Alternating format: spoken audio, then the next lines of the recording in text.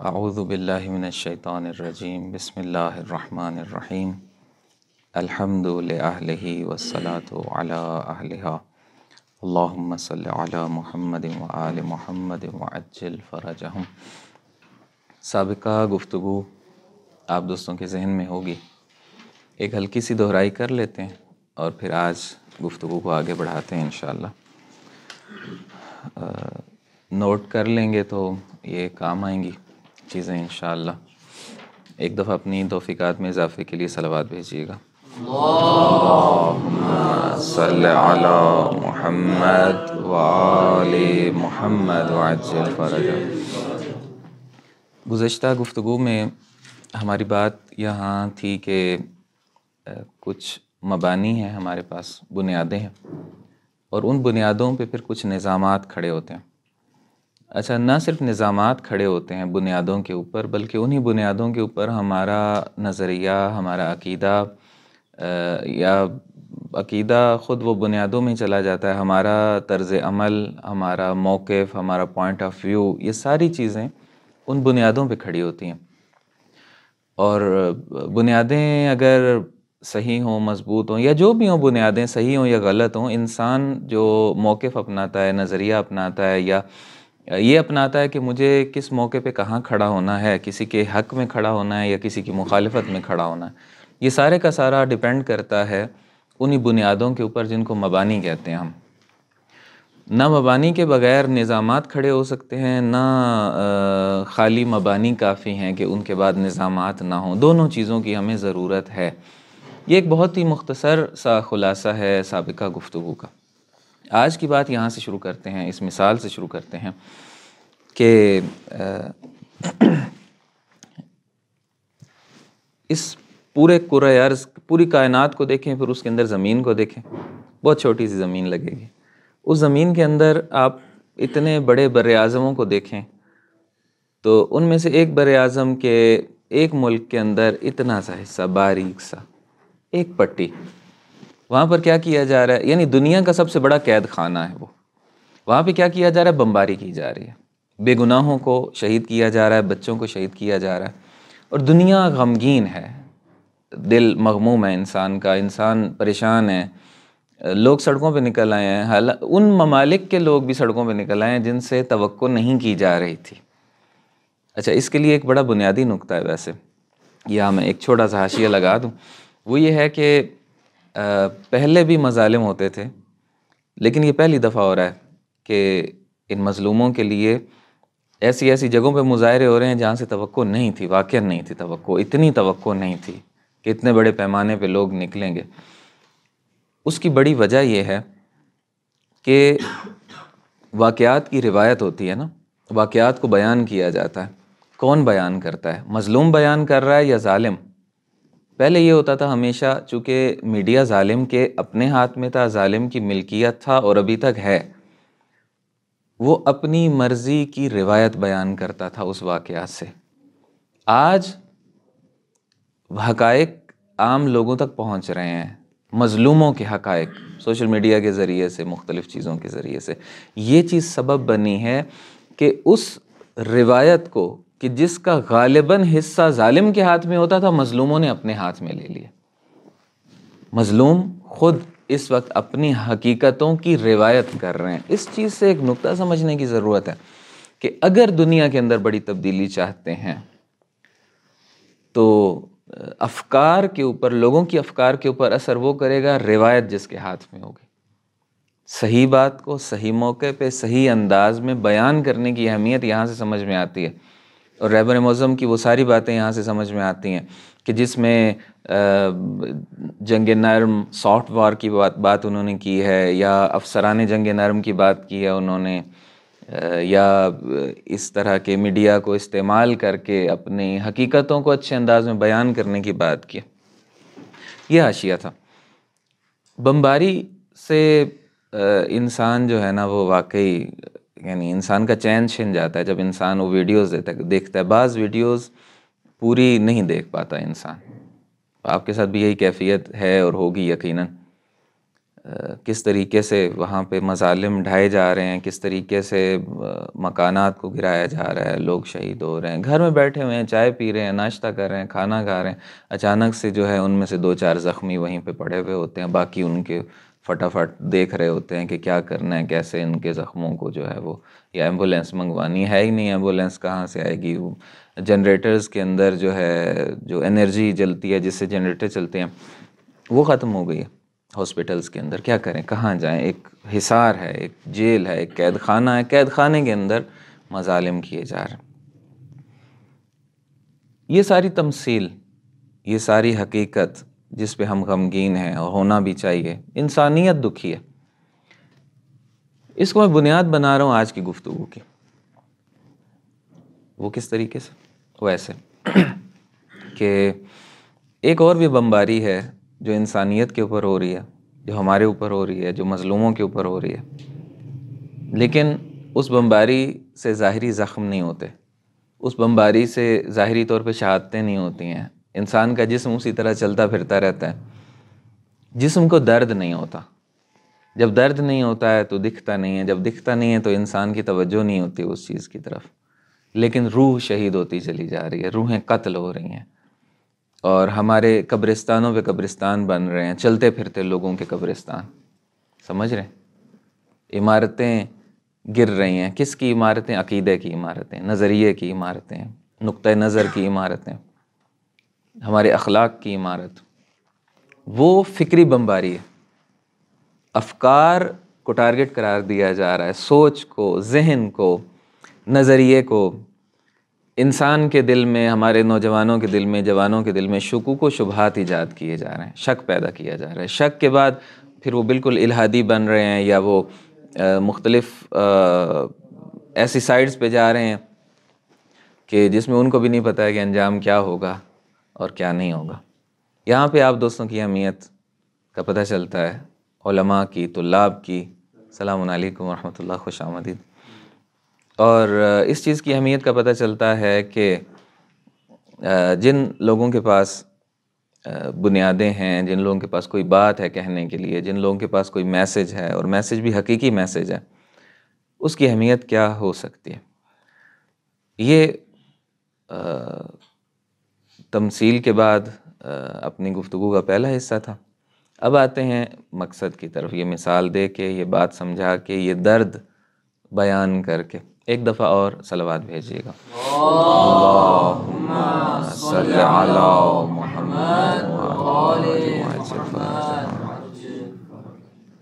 یہ جو ہمارے کلچر پر، ہماری ثقافت پر، ہمارے تمدن پر، ہماری افکار پر بمباری ہو رہی ہے، اس کے لیے مضبوطی کی ضرورت ہے، تیاری کی ضرورت ہے۔ وہ تیاری کیسے ہوتی ہے؟ اس کے لیے مبانی مضبوط ہونے ضروری ہیں۔ پچھلی گفتگو میں مبانی کی بھی بات کی تھی اور ان پہ کھڑے ہوئے نظامات کی بھی بات کی تھی۔ اب تھوڑا تفصیل میں جانے لگے ہیں، آج صرف مبانی کے حصے کو ہم ڈسکس کریں گے، اور پھر اس کے بعد ہم نظامات پہ جائیں گے، اور ایک اور چیز بھی مجھے یاد کروائیے گا بعد میں، ابھی اس کی جگہ نہیں ہے، یہ باتیں ہو جائیں پھر وہ بات کہنا زیادہ آسان رہے گا۔ نظام فکری کیا ہوتا ہے؟ اور آپ میں سے اور ہم میں سے سب کا ایک نظام فکری ہونا چاہیے، کیسے بنے گا، کیا ہوتا ہے، وہ جانتے بھی ہوں گے آپ، اس پہ مطالعہ بھی کیا ہوگا، لیکن پھر بھی بات کو پہنچانے کے لیے یا یاد دہانی کے لیے اس پہ انشاءاللہ نظام فکری پہ ضرور بات کریں گے، مجھے یاد کروائیے گا، لیکن بعد کے جلسات میں۔ مبانی کے اوپر ہماری افکار کھڑی ہوتی ہیں، ہماری سوچ، ہمارا نظریہ، یہ ہمارے مبانی پہ کھڑا ہوتا ہے، بنیادوں پہ کھڑا ہوتا ہے، نظامات کھڑے ہوتے ہیں انہی مبانی کے اوپر، اور سب سے بڑھ کر ہمارا عمل، ہمارے اعمال، ہمارا اخلاق، ہمارا کردار، کون سی چیز طے کرتی ہے؟ یہی مبانی طے کرتے ہیں۔ انسان کے اندر جو کچھ ہوتا ہے وہ باہر نکلتا ہے، اعضاء وہ کر رہے ہوتے ہیں جو اس کا دل و دماغ جس کو قبول کر رہا ہوتا ہے، جو انسان چاہ رہا ہوتا ہے وہ کر رہے ہوتے ہیں۔ تو اور اعمال میں بھی پھر فردی اعمال صرف نہیں ہے، انسان بعنوان فرد بھی ہے، انسان ایک فیملی کی صورت میں بھی ہے، انسان ایک سوسائٹی اور معاشرے کی صورت میں بھی ہے، یعنی اجتماعی عمل بھی ہے، انفرادی عمل بھی ہے، یہ سارے کے سارے مبانی اور بنیادوں پہ کھڑے ہوئے ہوتے ہیں۔ اب یہ مبانی اور بنیادوں کو میں تھوڑا سا آج کھولنا چاہ رہا تھا، کہ بات تھوڑی واضح ہو کہ بار بار مبانی مبانی مبانی کی ہم بات کر رہے ہیں، تو یہ مبانی ہوتے کیا ہیں؟ دیکھیں مبانی بہت زیادہ ہیں، بہت زیادہ مبانی ہیں۔ آپ ایک فقہی مسئلہ بھی جب ایک فقہی استنباط کر رہے ہوتے ہیں تو کئی مبانی ہوتے ہیں ان کے ذہن کے اندر، جن بنیادوں پر وہ کام کر کے آگے ایک مسئلہ استنباط کرتے ہیں، ایک جواب دے رہے ہوتے ہیں۔ لیکن کچھ مبانی ایسے ہوتے ہیں کہ جو کامن ہیں، جو مشترک ہیں، جو ہر ایک کے پاس ہونے چاہیے، عام انسان کے پاس بھی وہ مبانی ہونے چاہیے۔ ہاں اس کی گہرائی یا اس کا سطحی ہونا وہ فرق کر سکتا ہے فرد سے، لیکن کچھ مبانی ایسے ہیں جو کامن ہیں، جو ہر شخص کے پاس ہونے چاہیے، ہر باشعور انسان کے پاس ہونے چاہیے، ہر ایمان والے انسان کے پاس ہونے چاہیے، ہر اللہ کے راستے پہ چلنے والے انسان کے پاس وہ مبانی ہونے چاہیے۔ اسی طریقے سے ہر نظام ان مبانی کے اوپر کھڑا ہوا ہے، یعنی وہ مبانی کے جو ہر نظام میں چاہیے، جو ہر سسٹم میں چاہیے، سیاست کے سسٹم میں چاہیے، ایجوکیشن میں چاہیے، اقتصاد میں چاہیے، فیملی کے سسٹم میں چاہیے، ہر سسٹم ان مبانی کے اوپر کھڑا ہوا ہے۔ صرف ابھی ان کامن اور بنیادی ترین مبانی کی آج بات کرنے لگے۔ مثال کہاں سے شروع کریں گے؟ مثلا آپ کوئی بھی نظام اٹھائیے، تعلیم و تربیت کا نظام لے لیجئے۔ تعلیم و تربیت کے نظام کے اندر آپ اپنے بچے کو انشاءاللہ پروردگار اکثریت جو ہے وہ اس کو، البتہ ہیں بعض دوست صاحب اولاد ہیں یہاں پہ، اللہ تعالیٰ سب کو ہی انشاءاللہ صاحب اولاد فرمائے۔ جو مومنین نہیں رکھتے اللہ تعالیٰ ان کو عطا فرمائے۔ کس اسکول میں بھیجیں، کہاں بھیجیں بچوں کو؟ اچھا بچوں کو اسکول تو بھیج دیا، تربیت کریں گے وہ لوگ، ظاہر ہے سکھائیں گے بھی صحیح، آداب و اخلاق بھی سکھائیں گے۔ ان کو یہ حق کس نے دیا کہ ہمارے بچے کو وہ سکھائیں؟ سمجھ رہے ہیں؟ مجھے حق کس نے دیا کہ میں اپنے بچے کو کہوں یہ کرو، یہ نہیں کرو، یہ اچھا ہے، یہ برا ہے؟ سمجھ رہے ہیں یہ چیز، یہ سوال؟ سیاست کی مثال لیں، آپ نے کسی نے بھی ووٹنگ کے ذریعے سے، کسی بھی ذریعے سے ایک شخص کو حاکم بنا دیا، اپنے ملک کا حکمران بنا دیا۔ ابھی میں پیچھے نہیں جا رہا، جو اصل اسلامی طریقہ کار تھا رسول اللہ صلی اللہ علیہ وآلہ وسلم جو لے کر کے آئے تھے، ابھی موجودہ کی عام سی مثال لے رہا ہوں۔ ایک شخص کو حاکم بنا دیا ہے، اب وہ ہے، اس کا پورا ایک نظام ہے، اس کے پاس ایک سسٹم ہے، اس کے پاس اجرا کی طاقتیں بھی ہیں، قانون سازی کی طاقتیں بھی ہیں۔ اس کو کس نے حق دیا ہے کہ میرے لیے قانون بنائے؟ اس کو کس نے حق دیا ہے کہ وہ صاحب اختیار ہو ان اموال کا، ان جانوں کا اور ان ساری چیزوں کا؟ یہ حق کس نے اس کو دیا؟ یہاں سے یہ حاکمیت، مثلا حاکمیت کا حق ہے نا، یہاں سے بات سمجھ میں آتی ہے کہ اگر ہم نے کسی بھی نظام کی بات کرنی ہے تو یہ حقوق کہاں سے آتے ہیں، کس کو کس پر حق ہے، یہ حق کہاں سے آتا ہے، اس کو سمجھنے کی ضرورت ہے۔ اب یہ بات، یہ مبانی کا سفر شروع ہو گیا، یہ مبانی میں سے ہے بات، ہمیں پتہ ہونا چاہیے یہ حق کہاں سے جنریٹ ہوتا ہے۔ خود بخود لوگ مل کے طے کر لیتے ہیں اور حق اور رائٹس وجود میں آ جاتے ہیں، یا ان کی اس سے ہٹ کوئی بڑی حقیقت ہے، خالق کائنات نے ان حقوق کو وضع کیا ہے؟ آخر کیا ہے؟ یا سارے وضع کیے ہیں، یا کچھ وضع کیے ہیں اور کچھ ہمارے اوپر چھوڑ دیے کہ ہم مل کے طے کر لیں؟ آخر کیا ہے یہ سمجھنے کی ضرورت۔ میں بتا نہیں رہا، عرض نہیں کر رہا کوئی نظریہ، یہاں پہ صرف ایک فہرست عرض کرنا چاہ رہا ہوں، باقی آپ نے خود مطالعہ کرنا ہے انشاءاللہ۔ یہ حقوق سمجھ میں آتے ہیں وہاں سے کہ جب ہمیں ویلیوز اور اقدار کا پتہ ہوگا۔ ویلیوز اور اقدار کیا ہوتی ہیں؟ اب یہ سمجھنے کے لیے پھر کچھ اور چیزیں سمجھنے کی ضرورت ہوگی۔ وہ میں نے پچھلی دفعہ بھی عرض کیا تھا کہ کچھ چیزیں دوسروں پہ ڈیپینڈ کر رہی ہوتی ہیں، پیچھے جانا پڑتا ہے کچھ چیزوں کو سمجھنے کے لیے۔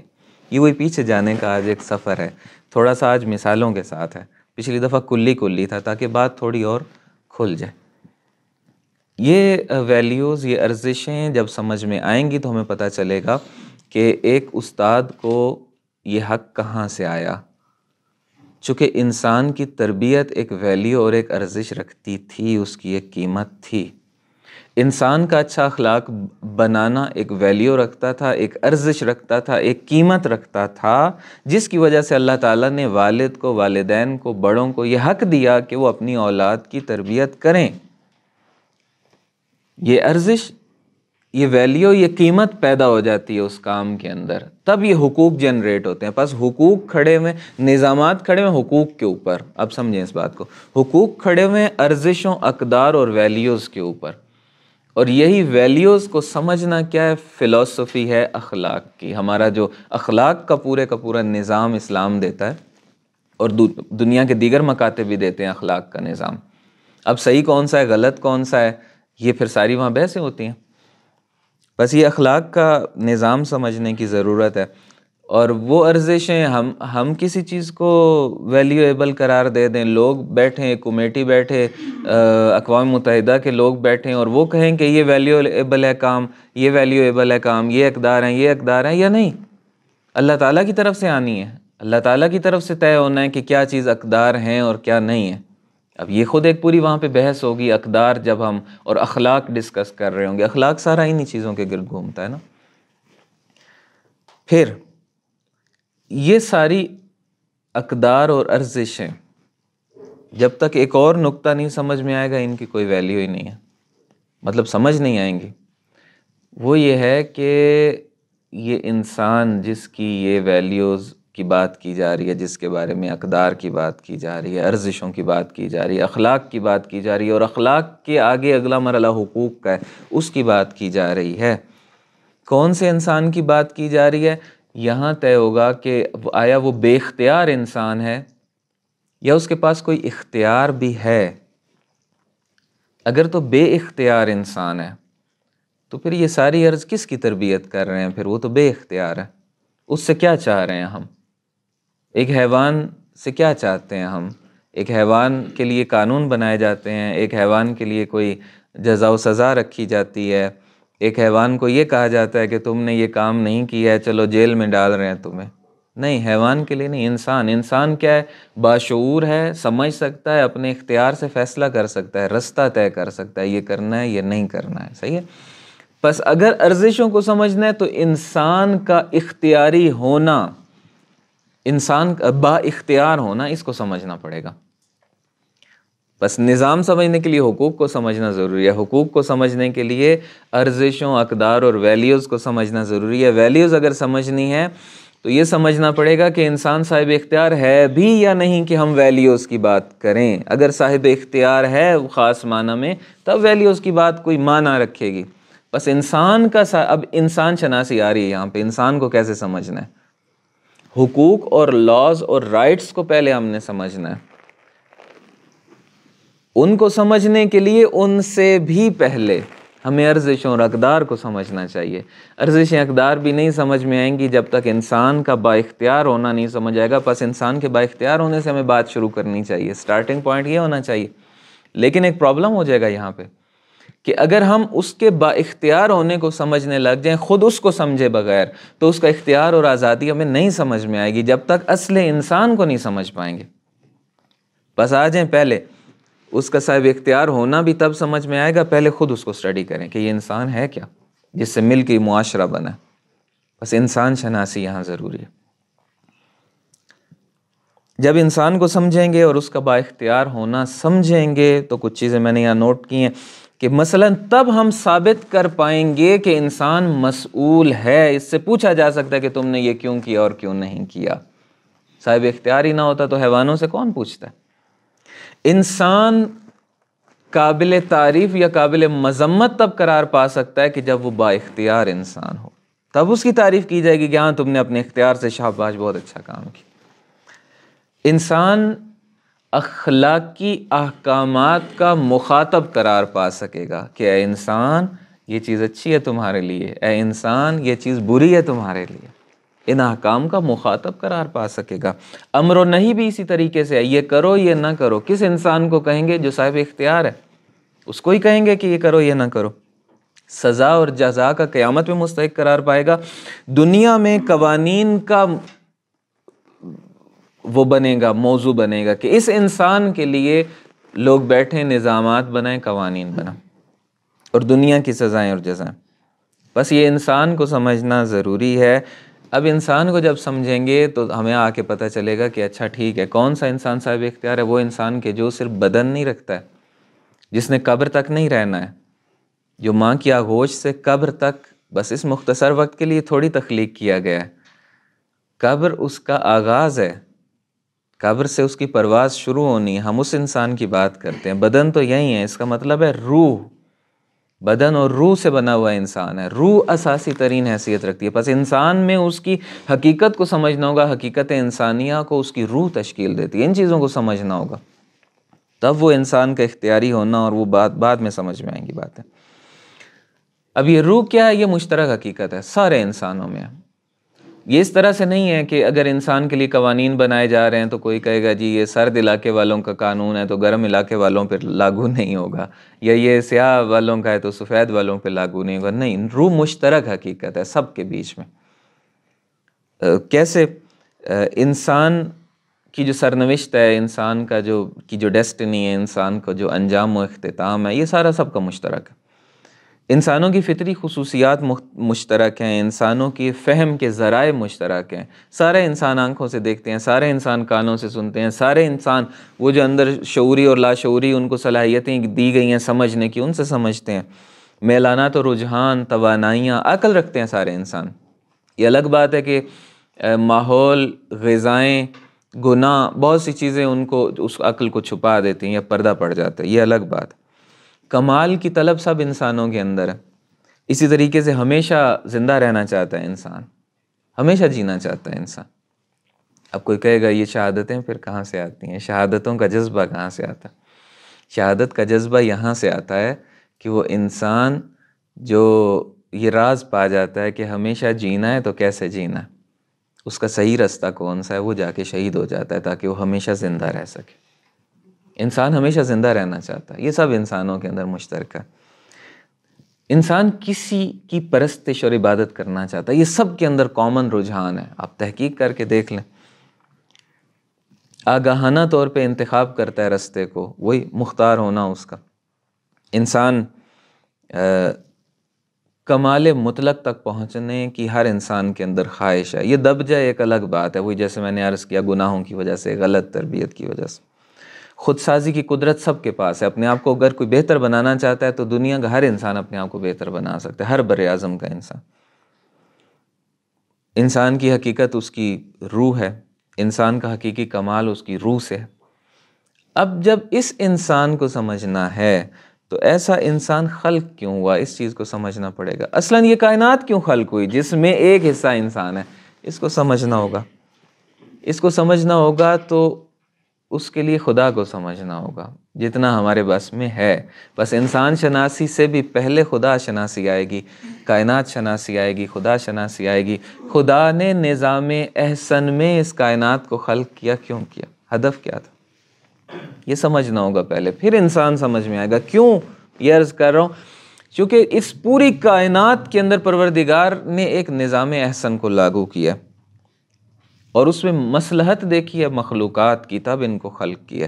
سب سے ٹاپ پہ جس کو ترجیح دی ہے پروردگار نے، جس کی مصلحتوں کو پھر اس پوری کائنات میں مرکزی قرار دی ہے، وہ انسان ہے. با اختیار، با ارادہ انسان جو منزل کمال تک پہنچ سکتا ہے، اس کو مرکز عطا کیا ہے. اور اس انسان کے اندر بھی کچھ ذوات اطہر ایسی ہیں کہ جنہوں نے عملاً اس کمال مطلق کو دکھا دیا کہ انسان ایسے ہیں کہ جو اس کمال مطلق تک پہنچ سکتے ہیں. انسان کامل، انسان کامل کون ہوتا ہے؟ ایک بڑی تفصیلی بحث ہے. معرفتوں کے اوج پر پہنچا ہوا انسان جو پھر یہ کہتا ہے کہ لو کشف الغطاء مزددت یقینا، کہ اگر کائنات کے پردے ہٹا دیے جائیں تو میرے یقین میں اضافہ ہونے والا نہیں ہے. کون انسان؟ کہ جو اس قدرت کے منبع سے اتنا متصل ہو چکا ہے کہ وہ خدائی طاقت بن چکا ہے، کائنات اس کے تصرف میں آ چکی ہے. ایسا انسان پس مرکز تخلیق بشریت انسان قرار پاتا ہے. انسانوں میں بھی انسان کامل مرکز تخلیق بشریت قرار پاتا ہے. اور پھر یہاں سے ہم خدا کو سمجھیں کہ وہ خدا کون ہے جس نے یہ سارا کچھ کیا، جس نے حب ذات میں یہ سارا کچھ کیا کہ نظام احسن تشکیل دیا اور اس میں مخلوقات میں پھر مرکز میں انسان کو قرار دیا۔ وہ خدا خود کیسا خدا ہے۔ اور پھر یہاں سے ہمیں سمجھ میں آتا ہے کہ عقل ہمیں بتائے گی بہت سی باتیں کہ ہاں یہ سب کچھ ہے، بنانے والا کوئی ہے، کوئی اس کا خالق بھی ہوگا۔ جیسے ایک چرخہ کاٹ رہی تھی خاتون، اور اس سے پوچھا گیا خدا کو کیسے پہچانا، اس نے کہا اپنے چرخے سے، کہ میں گھماتی ہوں تو چلتا ہے، جب میں ہاتھ روک لیتی ہوں تو یہ رک جاتا ہے۔ جب یہ چرخہ چلانے والے کے بغیر نہیں گھوم رہا ہے تو اتنی کائنات، اتنی بڑی، اتنی منظم کائنات کیسے چل رہی؟ بس ایک یہ انداز ہے خدا کو سمجھنے کا، ایک ہے برہان کے ذریعے سے سمجھنے کا انداز جو عقلی براہین ہے، ایک ہے کہ پھر دین آ کے اس کی تفاصیل ہمیں بتاتا ہے کہ عقل نے اتنا تو بتا دیا کہ ہاں کوئی ہے، کیسا ہے، کون ہے، اس کی صفات کیا ہیں۔ پھر نہج البلاغہ وہاں پہ آتی ہے کہ نفی الصفات انہو کی بات آ جاتی ہے کہ اچھا وہ کون سی صفات کی بات ہے۔ بس دین آ کے بتائے گا کہ خدا کیسا خدا ہے۔ اب آخری مرحلہ ہے بات کا ہماری، ایک دفعہ ایک ہلکی سی دہرائی کہ نظامات کو سمجھنا ہے یا اپنے نظریات کو جہاں پہ استوار کرنا ہے اس کے لیے سمجھنے کی ضرورت ہے کہ یہ حقوق، یہ لاز، یہ رائٹس کہاں سے آتے ہیں، حقوق بشر کہاں سے آتے ہیں جس پہ ہم آج تڑپ رہے ہیں مظلوموں کے لیے، یہ حق کہاں سے آتا ہے۔ حقوق کو سمجھنا ہے تو ارزشوں، اقدار اور ویلیوز اور اخلاق کو سمجھنا ہوگا، اس کے فلسفے کو سمجھنا ہوگا۔ ان کو سمجھنا ہے تو خود انسان کے صاحب اختیار و ارادہ ہونے کو سمجھنا ہوگا، پس انسان کو سمجھنا ہوگا، اس کے روح سے بننے کو سمجھنا ہوگا، کائنات میں اس کی جائیگاہ کو سمجھنا ہوگا، پس کائنات کو سمجھنا بھی یہاں پہ ضروری ہے۔ اچھا یہاں پہ ایک اور چیز بھی ہے کہ اب یہ جو انسان یہاں پہ آ گیا ہے اس کا رستہ کیا ہے، اس نے جانا کہاں ہے، کیوں بھیجا گیا ہے، اس کے رستے کو سمجھنا ہے، یعنی دین یہاں پہ سمجھنے کی ضرورت ہے۔ اس رستے پہ چلانے والے کون ہوں گے؟ رہنما، انسان کامل، ان کو سمجھنے کی ضرورت ہے۔ انبیاء یعنی نبوت و امامت یہاں پہ سمجھنی ضروری ہے۔ یہ سارے کا سارا نظام احسن جو مل کے بنتا ہے، بنایا کس نے ہے؟ خالق کائنات نے بنایا ہے۔ کیوں بنایا ہے؟ اس بات کو سمجھنے کی ضرورت ہے، پروردگار کو سمجھنے کی ضرورت ہے۔ عقل ہمیں بتائے گی اور دین ہمیں بتائے گا۔ عقل ایک اشارہ کرے گی کہ ہاں وہ کوئی ہے، دین اس کی تفاصیل آ کے بتائے گا، وحی اس کی تفاصیل بتائے گی، قرآن اور معصومین علیہ الصلوۃ والسلام کا کلام اس کی تفاصیل ہمیں بتائے گا۔ بس یہاں سے بات شروع ہوگی، لیکن ایک نقطہ یہاں پہ بچ جائے گا۔ وہ نقطہ یہ بچ جائے گا کہ وہی بات جو پچھلی دفعہ عرض کی تھی کہ لوگ پھر آ کے کہیں گے کہ یہ دین کہاں سے لیا آپ نے، یہ دین صحیح ہے یا نہیں ہے۔ ممکن ہے کہ دین کو آپ اپنے معنوں میں سمجھ لیں، میں اپنے معنوں میں سمجھ لوں، کوئی اور اپنے معنوں میں سمجھ، اپنی مرضی سے جو جی چاہ رہا ہے، کیا حرج ہے اس میں، آیا یہ صحیح ہے یا غلط ہے، یہ باتیں سمجھنے کی ضرورت ہے۔ اس کو کہتے ہیں علمی اصطلاح میں قراءت۔ ایک قراءت وہ ہوتی ہے جو قرآن مجید کی ہم تلاوت کرتے ہیں، معمولاً یہ لفظ اس میں استعمال ہوتا ہے، لیکن ایک قراءت کا لفظ علمی دنیا میں یہاں بھی استعمال ہوتا ہے کہ دین، قرآن و حدیث، یہ ساری چیزیں آپ کے سامنے ہیں، قراءت یعنی اس سے فہم کیا حاصل کر رہے ہیں آپ۔ اور یہاں پہ قراءت آیا متعدد ہو بھی سکتی ہے یا نہیں، جو آپ کو سمجھ آیا وہ بھی صحیح، جو مجھے سمجھ میں آیا وہ بھی صحیح، آیا یہ ٹھیک ہے یا نہیں، یہ بحث ہوگی۔ یہاں پہ پھر بحث یہ آ جاتی ہے کہ اصلاً وہ لوگ کہتے ہیں کہ کوئی ایک حقیقت سارے سمجھ نہیں سکتے ہیں، کوئی ایک نقطہ ہے ہی نہیں مشترک، جو جس کو سمجھ آ رہا ہے بس وہی۔ یہاں پہ پھر معرفت دینی اور معرفت شناسی کی بات آتی ہے۔ معرفت شناسی اپسٹمالوجی ہے، وہ یہ ثابت کرتی ہے کہ نہیں، کائنات میں کچھ کانسٹنٹ حقیقتیں ہیں جو سب کو ماننی ہوتی ہیں، ہر بر اعظم کے انسان کو وہ ماننی ہوں گی، اس کے بغیر چارہ نہیں ہے۔ بنیادی ترین وہ حقیقتیں جن سے بات کا آغاز ہوتا ہے، اگر وہ اتنا مان لیں گے، پھر آہستہ آہستہ طریقے سے برہان سے جب وہ پھر کچھ قوانین کو ماننے پہ آئیں گے نا، ان بنیادوں سے ماننے لگیں گے، تب آ کے ان سے دین منوایا جائے گا، تب آ کے ان سے توحید منوائی جائے گی۔ توحید سمجھ میں آئے گی، خدا سمجھ میں آئے گا، تو اس کی بنائی ہوئی کائنات اور اس کے مرکز میں انسان سمجھ میں آئے گا۔ انسان کا صاحب اختیار ہونا سمجھ میں آئے گا۔ اگر صاحب اختیار ہے تو اس نے پہنچنا کہاں ہے؟ یہ نقطہ میں نے پہلی گفتگو میں ابھی تک عرض نہیں کیا، یہ سن لیں، بات ادھوری نہ رہ جائے۔ اس انسان نے پہنچنا کہاں ہے؟ وہ رستہ لے کے کہاں جاتا ہے جس پر لے جانے کے لیے انبیاء اور ائمہ آئے؟ وہ قرب خداوند متعال ہے۔ کمال تک پہنچنا ہے انسان نے، اس ہدف نہائی تک پہنچنا ہے انسان نے۔ اس ہدف نہائی کو مد نظر رکھیں گے تو رستے میں کیا اس کے لیے ضروری ہے اور کیا ضروری نہیں ہے وہ ارزش پیدا کرے گا اور قیمت پیدا کرے گا کہ ہاں وہاں تک پہنچنے کے لیے اس کے اندر قربانی کا جذبہ ہونا چاہیے، اس کے اندر سچائی ہونی چاہیے، اس کے اندر عدالت ہونی چاہیے، اس کے اندر انصاف ہونا چاہیے۔ یہ جتنی بھی چیزیں ہیں ان کے اندر قیمت کہاں سے آتی ہے، ویلیو کہاں سے آتی ہے، ارزش کہاں سے آتی ہے؟ اس کمال نہائی کو مد نظر رکھتے ہوئے۔ پس وہ کمال نہائی اس کی ڈیسٹینیشن، اس کا ہدف، اس کی منزل سمجھ میں آئے گی تو ارزشیں آئیں گی اس کے افعال کے اندر، اس کے کردار کے اندر، اس کی صفتوں کے اندر، جو کہ اخلاق کا مرحلہ ہے۔ اخلاق سے اگلا مرحلہ رائٹس اور حقوق کا مرحلہ ہے۔ یہ سارے کا سارا پورا پیکج جب ہمارے پاس ہوگا تو یہ چیزیں کہلاتی ہیں بنیادی ترین مبانی۔ یہ ساری چیزیں، یہ بنیادی ترین مبانی اگر مضبوط ہوں گے تو یہ ایسی ویکسینیشن ہے کہ اس کے بعد پھر وہ جو بمباری ہو رہی ہے شبہات کی، وہ ہمارا نقصان نہیں کرے گی، ہمارے اوپر اثر نہیں کرے گا۔ بم سینے پہ آ کے لگے گا، وہ بم ختم ہو جائے گا، یہ انسان ختم نہیں ہوگا۔ جس نے اپنے آپ کو محفوظ کر لیا ان مضبوط مبانی کے اوپر، مبانی کے ذریعے سے، اور ساتھ پھر صرف مبانی لے کے بیٹھا ہوا ہے تو کافی نہیں ہے، عمل و کردار، اس کی سیرت، اس کا رویہ، اس کا اخلاق، اس کا کردار، وہ چیزیں مضبوط ہوں گی، وہ دین بتائے گا، شریعت بتائے گی، وہ ساری چیزیں، تو یہ انسان مضبوط انسان ہوگا۔ مبانی نہیں ہے تو ان ہواؤں کے جھونکے ادھر ادھر اس کو لے جائیں گے۔ مبانی ہے تو اس کی ویکسینیشن ہوئی ہے، وہ مضبوط ہے، وہ ہلے گا نہیں۔ بس مبانی کی یہاں سے اہمیت سمجھ میں آتی ہے۔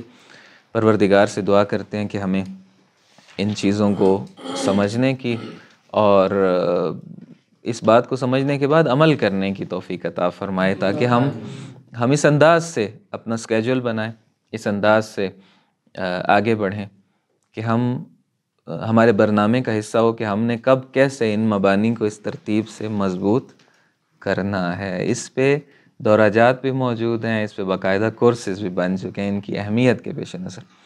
اور سب سے بنیادی ترین، مضبوط ترین کام جنہوں نے آخری آؤٹ پٹ دیا، آخری نہیں، ان کے بعد بھی اور آخری آؤٹ پٹ ہے مشہد سے، قم سے جو کام ہوا ہے، وہ حضرت آیت اللہ مصباح یزدی نے کیا ہے طرح ولایت کی صورت میں۔ وہ انشاءاللہ ہمارے مد نظر بھی ہے کہ آپ سارے دوست طرح ولایت کے دورے سے گزریں، یا طرح ولایت نہ ہو سکا تو کم سے کم کارشناسی کی حد تک 7 روز در بہشت، یا دوسرا نام بھی اس کا کوئی ہے، کیا نام ہے آپ کو معلوم ہے؟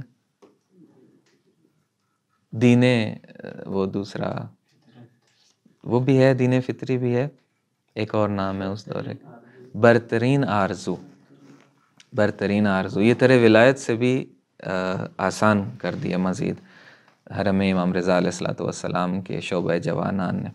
بہرحال یہ مد نظر ہے کہ ان چیزوں سے آپ گزریں۔ انشاءاللہ مبانی کی گفتگو کو فی الحال ہم یہیں پہ روک دیں گے، ایک بنیادی تعارف ہو گیا۔ اگلی دفعہ یا دیکھیں گے بہرحال مناسبت سے کون سی بات آتی ہے، نظامات کی طرف آگے بڑھیں گے اور پھر منظومہ فکری اور نظام فکری کی طرف بڑھیں گے۔ ایک دفعہ اختتام کرتے ہیں خاندان عصمت و طہارت پر صلوات بھیج کے، اللہم صلی علی محمد و آل محمد۔